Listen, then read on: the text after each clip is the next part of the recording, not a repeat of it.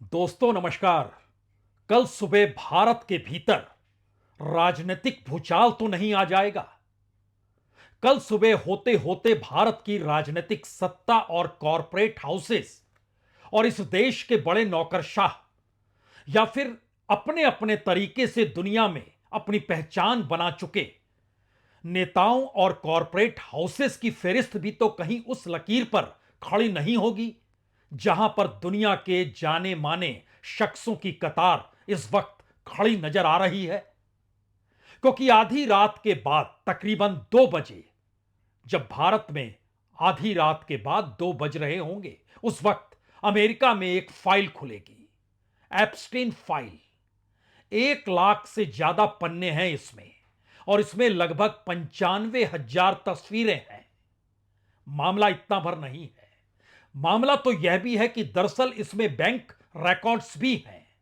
इसमें कई प्रभावशाली हस्तियों के नाम, हजारों पेज जो उनसे जुड़े हुए हैं वो सिर्फ और सिर्फ यौन शोषण से नहीं जुड़े हैं, बल्कि यह सब कैसे चलता है, इसके पीछे दुनिया की ताकत कैसे खुद को छुपा ले जाती है और अपने तरीके से इनका गठजोड़ एक माफिया की तर्ज पर तो नहीं है।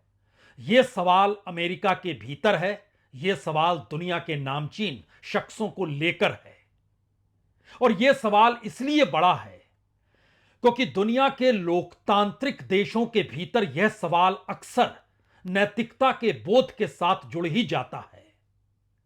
तो क्या वाकई इन फाइलों में जिसका जिक्र जेफरी एप्स्टीन के जरिए निकल कर आया है और माना यह जा रहा है कि जो कहा जा रहा है वो सब झूठ नहीं, कुछ सच भी है। और इस कुछ सच के दायरे में हवाई यात्राओं के रिकॉर्ड हैं, फॉरेंसिक रिपोर्ट है, 2019 में हुई मौत जो एप्स्टीन की हुई थी उससे जुड़े दस्तावेज हैं, एप्स्टीन से जुड़ी कंपनियों के नाम हैं और एक नेक्सस के तौर पर दुनिया के तमाम देशों में किस तरीके से एप्स्टीन से जुड़े हुए लोगों की सियासत और सत्ता चलती थी, उसके भी तार कहीं ना कहीं सामने आ जाएंगे क्या। और कौन कौन से हिस्से इसमें नहीं दिखाए गए, जिन हिस्सों को ब्लैक कर दिया गया और जिनको ब्लैक किया गया उस पर कौन सी महत्वपूर्ण देश और महत्वपूर्ण लोगों के नामों को छुपाया गया, शायद अब इसे बताना होगा। क्योंकि अदालती फैसलों में यह कहा गया मियाद 19 दिसंबर तय की गई और उसके बाद हर जानकारी शेयर करनी होगी, इसकी जानकारी भी इसमें बताई गई। इसके भीतर का सच जो इस वक्त अमेरिका के लिए या अमेरिका के अंदर जो गूंज रहा है, हमें लगता है उसकी एक तस्वीर पहले आप देख लीजिए।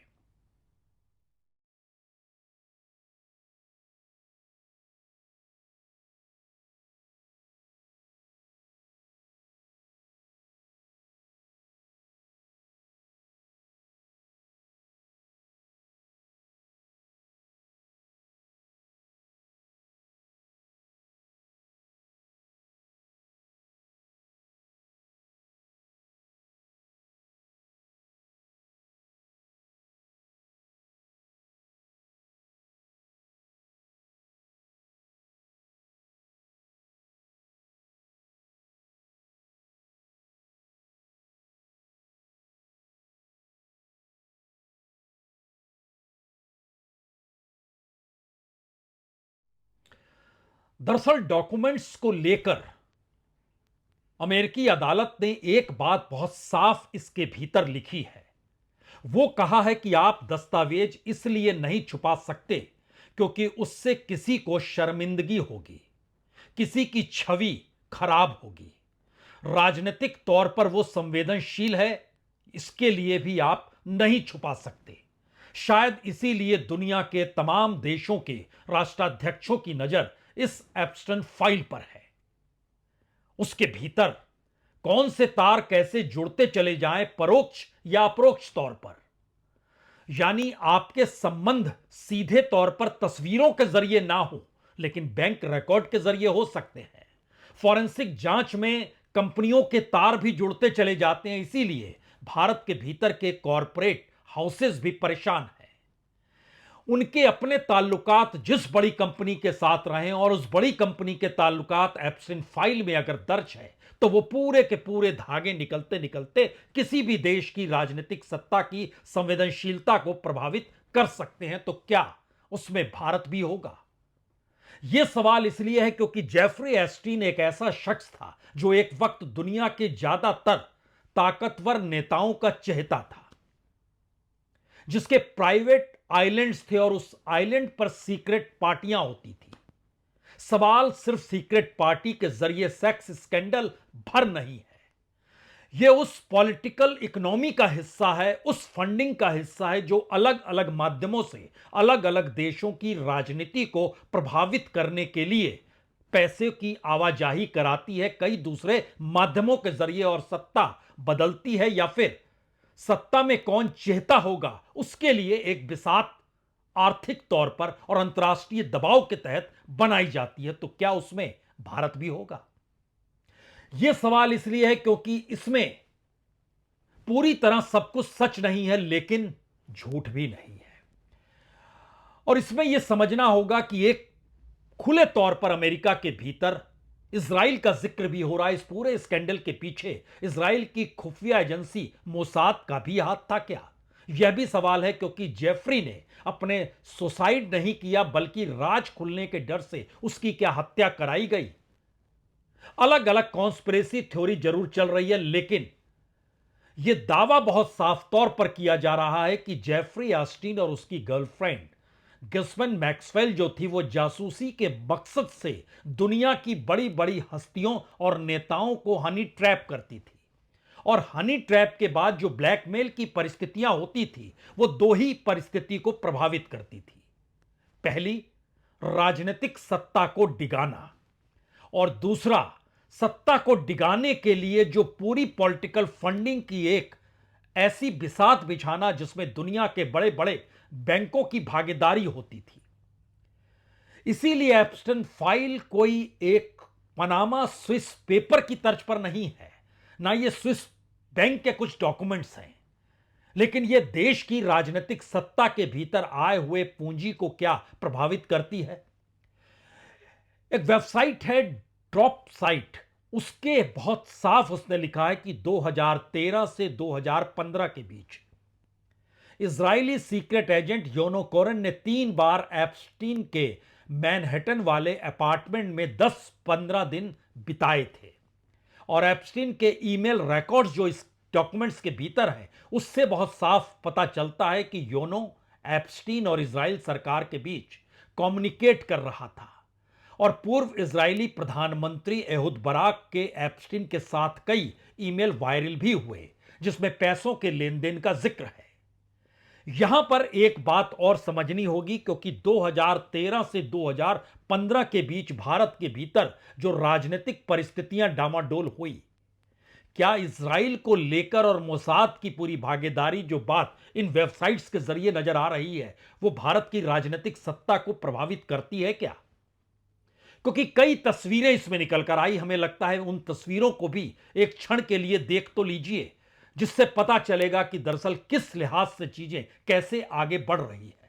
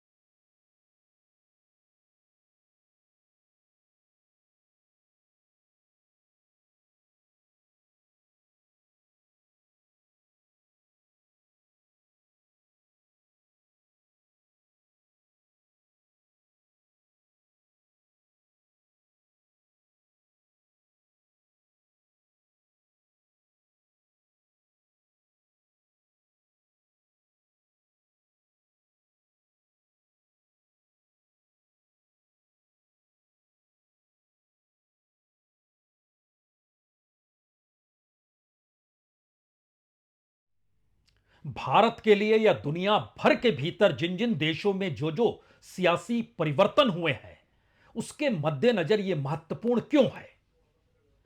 2005 में पहली बार शिकायत हुई थी और पता चला था कि दरअसल यह उससे पहले तकरीबन 6 बरस से यह चल रहा था और 2005 के बाद की परिस्थितियों ने जब 2019 में न्यूयॉर्क पुलिस ने सेक्स ट्रैफिकिंग के आरोप में जेफरी एप्स्टीन को गिरफ्तार किया और उसके बाद न्यूयॉर्क की जेल में रखा और उसके बाद वहां पर उनकी मौत हो गई। इस मौत को सुसाइड नहीं कहा गया, इस मौत को हत्या कहा गया और दावा किया गया कि दरअसल एप्स्टीन के पास एक सीक्रेट क्लाइंट की लिस्ट है और उस लिस्ट के ही खुलने को लेकर दुनिया भर के तमाम राष्ट्राध्यक्ष मौजूदा वक्त में जो सत्ता में हैं, दुनिया भर के तमाम कॉरपोरेट और बड़े बिजनेसमैन, उनकी सांसें इसलिए फूली हुई हैं क्योंकि उसमें कई हाई प्रोफाइल लोगों के नाम हैं जो अब सामने आ रहे हैं। उसके पास Donald Trump, Bill Clinton, Prince Andrew जैसे कई दिग्गजों के राज हैं जिनका वो खुलासा होगा। और यह भी कहा गया कि 10 अगस्त 2019 को जब खबर आई कि एप्स्टीन ने सुसाइड कर लिया है तो उसके पीछे जब परतों को खोला गया तो बहुत साफ तौर पर कहा गया कि राजनीति और कारोबार दोनों का गजब का जुड़ाव था। और अमेरिकी होस्ट हैं एक स्कारबोरो, उन्होंने उस वक्त एक ट्वीट किया था। उसमें उन्होंने लिखा कि एक ऐसा व्यक्ति जिसके पास अमीर और ताकतवर लोगों की जिंदगी तबाह करने की जानकारी थी, जेल में मरा पाया गया। यह तो रूसी तरीका है। इजराइल, रूस, अमेरिका और उसके साथ साथ यह भी आए कि दुनिया के कई दूसरे देशों के राष्ट्राध्यक्षों ने अपने तौर पर इस नेक्सस का साथ लिया। वो नेक्सस का साथ किसने लिया? क्या क्या भारत के भीतर भी ऐसा कोई है? इसीलिए यह सिर्फ एक सेक्स स्कैंडल भर नहीं है, यह दरअसल banking process, mafia, political economy या फंडिंग, दुनिया को चलाने वाले ताकतवर देशों की फेरिस्त में वो नाम जो शायद अपने तौर पर किसी भी देश की राजनीतिक सत्ता को हिलाने की ताकत रखते हों, अगर इनके नेक्सस से दुनिया के दूसरे बड़े देशों के नाम जुड़ते हैं जिसमें इजराइल, रूस और अमेरिका, इनके नाम तो एक एक करके सामने आ रहे हैं, तब अगला सवाल यह भी है क्या वाकई बहुत कुछ दुनिया के राजनीतिक परिवर्तन में जो मौजूदा वक्त में है वह भी इस दिशा में आकर खड़ा हो जाए, ऐसी व्यवस्था की गई। चंद डॉक्यूमेंट और इसमें बिल क्लिंटन तक का पत्र या कहीं हाथ से लिखा हुआ लेटर जो एप्स्टीन को लिखा गया, देखिए जरा।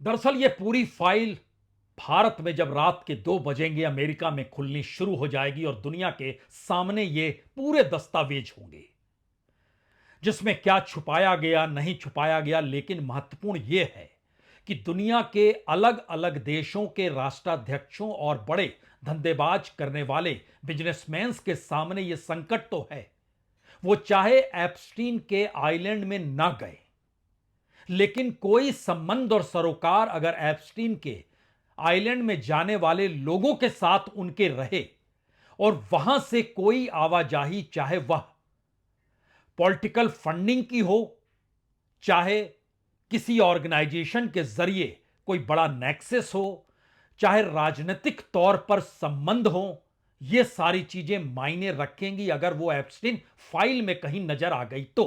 इसीलिए दुनिया के तमाम देशों के भीतर यह सवाल है। कुछ नाम जो निकल कर आए उसमें एप्स्टीन के प्राइवेट आइलैंड पर जाने वाली नामचीन हस्तियों में डोनाल्ड ट्रंप अमेरिकी राष्ट्रपति का नाम है, इसीलिए तो अमेरिका में इतना बवाल है।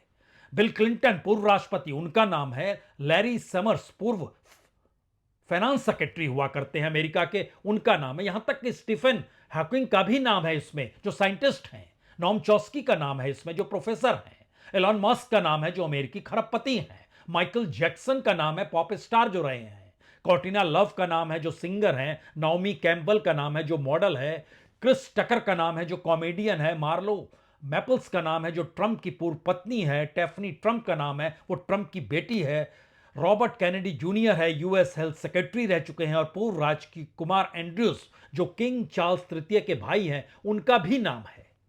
इस पूरे नामों की फेरिस्त में अभी तक दुनिया के किसी दूसरे देश के राष्ट्राध्यक्ष या वहां के किसी प्रभावी शख्स का नाम नहीं आया है। लेकिन इन सब के बीच महत्वपूर्ण है कि अमेरिकी जांच एजेंसी एफबीआई हो या डीओजे की केस की जो फाइल हो, किसी ने कोर्ट में कोई ऐसा सबूत ना तो पेश किया ना पब्लिकली बतलाया जो एप्स्टीन को सीआईए का ऑपरेटिव बता दे। यानी सीआईए की मौजूदगी भी क्या इसके जरिए रही, यह भी एक अपने आप में सवाल है। लेकिन इन सब से हटकर जो सबसे बड़ा सवाल दुनिया को परेशान कर रहा है, वो बैंक रिकॉर्ड्स का है। क्योंकि सेक्स स्कैंडल अमेरिकी समाज के भीतर राजनीति को लेकर प्रभावित करता है, लेकिन दुनिया के कई देशों को यह प्रभावित नहीं करता है। लेकिन भारत जैसे देश में जब किसी इकोनॉमी के आश्रय राजनीतिक सत्ता को प्रभावित करने की कोशिश करने का जिक्र होगा तो फिर हंगामा तो मचेगा। और बैंक रिकॉर्ड्स का जो जिक्र किया जा रहा है, उसके साथ साथ डॉक्यूमेंट्स यह भी बतलाते हैं कि इसके जरिए जो फॉरेंसिक रिपोर्ट है, वो फॉरेंसिक रिपोर्ट कई मामलों में तस्वीरों को लेकर, डॉक्यूमेंट्स को लेकर बड़ी मायने रख रही है। और शायद इसीलिए इस पूरी प्रक्रिया के भीतर जनवरी 2025 में जब डोनाल्ड ट्रंप अमेरिकी राष्ट्रपति बने, तो 3 महीने बाद अप्रैल में वर्जीनिया गिफ्रे नाम की महिला की मौत हो गई। वो एप्स्टीन केस से पीड़ित थी और इसके बाद से यह चर्चा शुरू हुई कि दरअसल वर्जीनिया गिफ्रे की मौत में कहीं ना कहीं अमेरिकी राजनीतिक सत्ता का हाथ तो नहीं था। और दावा किया गया कि ट्रंप ने ग्रिफे को चुप कराने के लिए यह सब कुछ किया। लेकिन यह सारी कॉन्स्पिरेसी थ्योरीज है। बड़ा सवाल यह है कि अब वाकई ट्रंप दुनिया के भीतर जो नए रास्तों को अपने टैरिफ वार के जरिए बना रहे हैं और अमेरिका को ग्रेट अगेन का जो नारा दिया गया है, उस पूरी प्रक्रिया में जो पहले टर्म में वो काम कर रहे थे और जो दूसरे टर्म में वो काम कर रहे हैं, दोनों के दो अलग रास्ते हैं।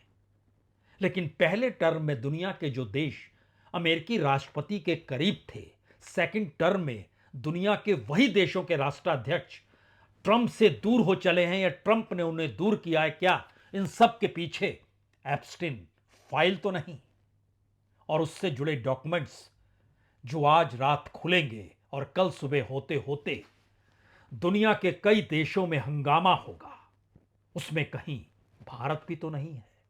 इंतजार कीजिए। बहुत बहुत शुक्रिया, बहुत बहुत शुक्रिया।